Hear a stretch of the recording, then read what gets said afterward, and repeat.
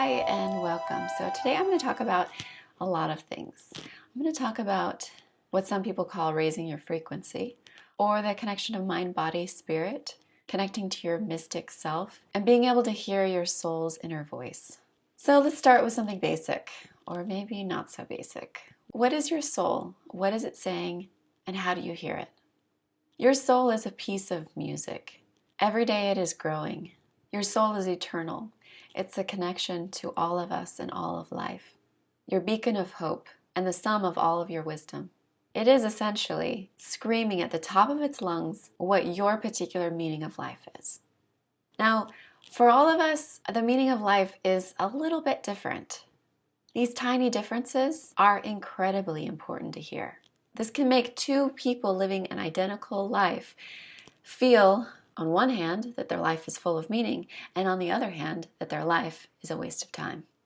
We are all here for slightly different reasons. Essentially, all our soul is craving is for us to matter.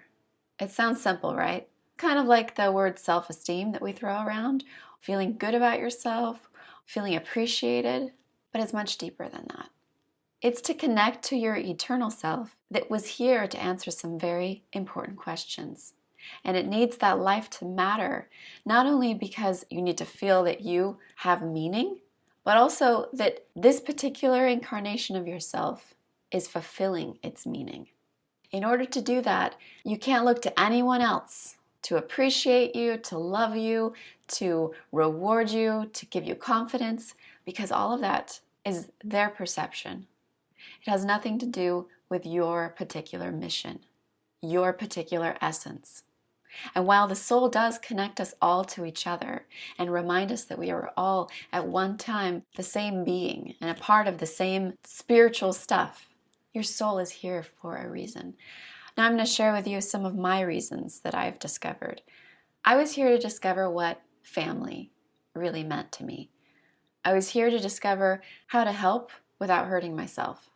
I was here to discover how to be in a partnership without being in a codependent partnership. And I was here to discover how to love myself without needing any status from the outside world. So those are my very personal reasons for being here. For me, listening to that voice and hearing that voice stemmed out of a true understanding of how powerful my inner love and light was. To not live my life for other people and what they wanted me to be, but to live my life listening to what I was here to be, to what I was here to learn. And to realize that love is not a sacrifice of self, but it's a growing of self. So let's talk about this mind, body, spirit connection. The spirit is what I've been talking about, the soul, the mystic soul. We all have a mystic within us, the mystic that connects us to the spiritual wisdom. It's like a deep well within us. It's also what people call the higher self. Now, sometimes groups, organizations, YouTube videos, religion can take you closer to feeling your higher self. And sometimes it can take you further. So let's talk about how you know if you're headed towards it or away from it. If you're headed towards it, you're going to feel like this community makes you feel a sense of peace and serenity. It gives you a sense of warmth, a glow. By becoming a part of this collective, you actually become more true to yourself. Now, how you know if this community or this religion is taking you further from it is that you feel like you have to sacrifice yourself in order to be good. Or you feel that you have to give your power away in order to be accepted. Or you have to be someone that you're not in order for others to validate that you are on the right path. No one should ever make you feel smaller through the spiritual experience. Now, they might tell you lessons about how to not be selfish or those sorts of things, but they should never make you feel like they're putting themselves above you. Like if I am a mystic personality, I don't want anyone to ever watch these videos and think, wow, she's so much more enlightened than me, and I could never be like that, and then you feel worse. That is never, ever the intention, and if that is what you're feeling, please stop watching now. Just to be honest with you, I have incredible amounts of insecurities. That's why I edit the videos so much, and I'm sorry if that's so distracting. But I have a lot of ums and pauses, and I lose my train of thought because of my insecurities. So that's just a total raw, honest moment for me to come clean to you. Your soul is loud, and it is controlling your life whether you listen to it or not. And the only way for your soul to not be screaming at the top of its lungs is for it to feel like it's finally getting what it's always wanted. That you're living this life to answer those fundamental questions which you are here to answer. If you don't go on this journey, listening to this soul that's screaming like a newborn baby, then you'll feel like you're being haunted, and it will keep coming back for you. So we talked about the spirit. Now let's talk about the mind. The mind is where decision making resides. Strategy, choices are made here. Laying out options, the mental exercises of imagining what possibilities are open to you.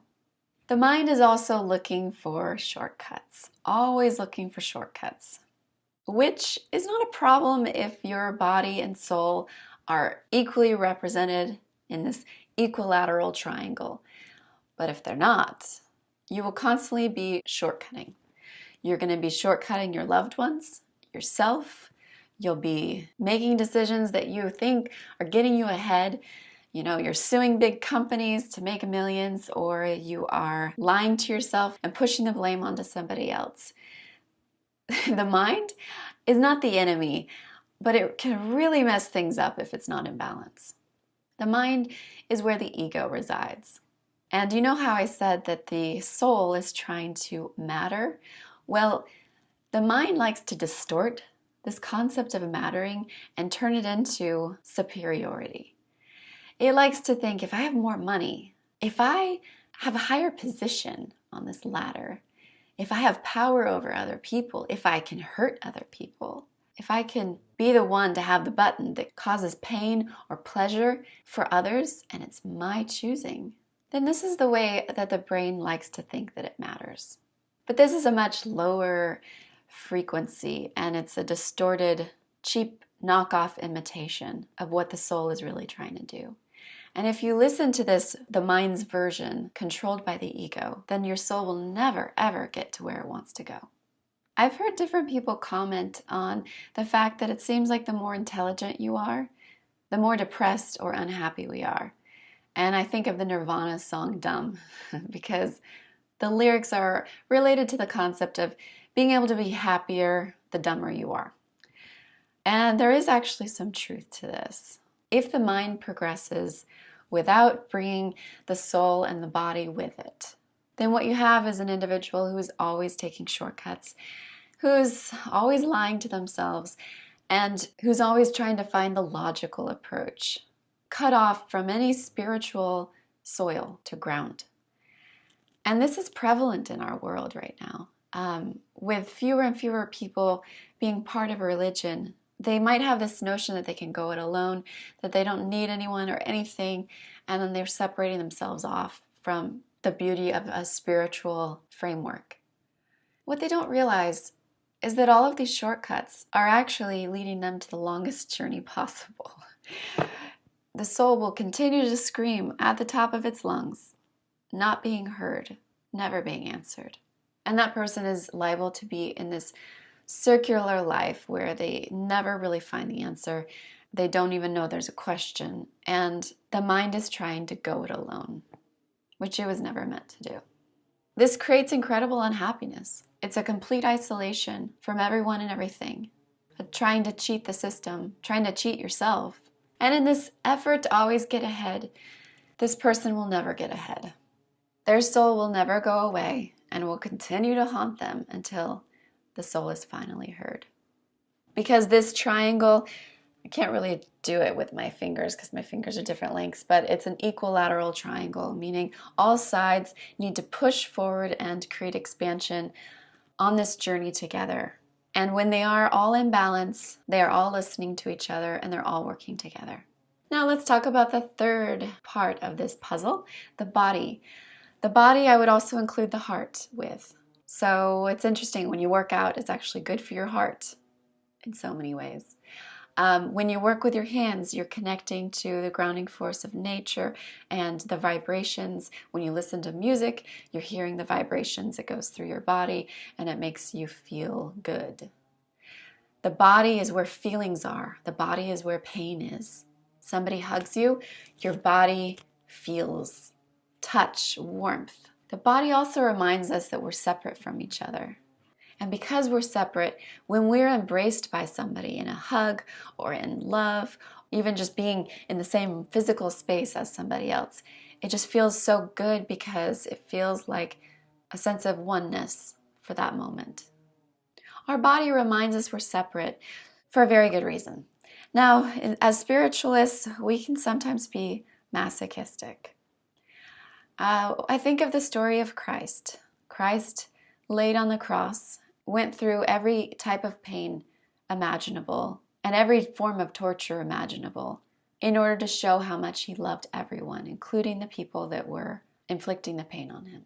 Him going through this was a choice. He had full knowledge of it before it happened. Now, sometimes people take this story and they think, I'm going to prove my love to my spouse or my parent or whatever. And they're willing to let that person hurt them in any way that that person wants to hurt them. This is called masochism. There is a time and place for it. But you have to be in deep connection with your mind and your soul in order to know when those times are.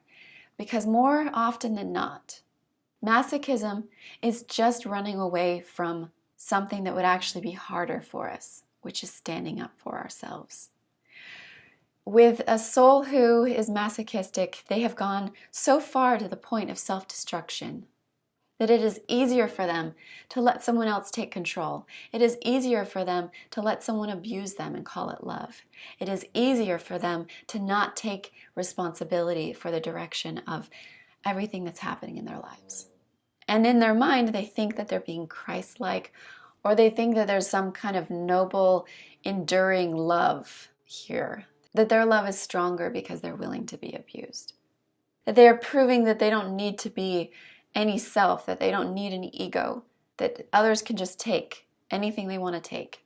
But listen to your soul. If your soul has already lived this reality and giving up your identity is so easy, you have probably done it before.